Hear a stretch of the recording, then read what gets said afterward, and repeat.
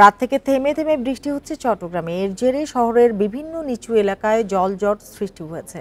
সকাল ৯টা পর্যন্ত ২৪ ঘন্টায় ১১২ মিলিমিটার বৃষ্টি রেকর্ড করেছে আবহাওয়া অফিস। এর মধ্যে চকবাজার, কাপাসগোলা, বাকুলিয়া, বহদ্দারহাট ও আগ্রাবাদের বিভিন্ন এলাকা পানিতে ডুবে গেছে।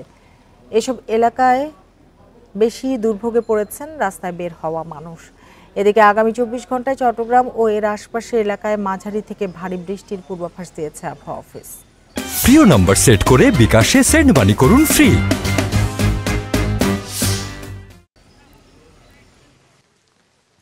বাসার ভিতরে এতটুকু পানি আছে, ভিতরে এই যে গেটের ভিতরে সামনে, এগুলো আজকে অনেক দিন ধরে আমরা অনেক কষ্ট পাচ্ছি।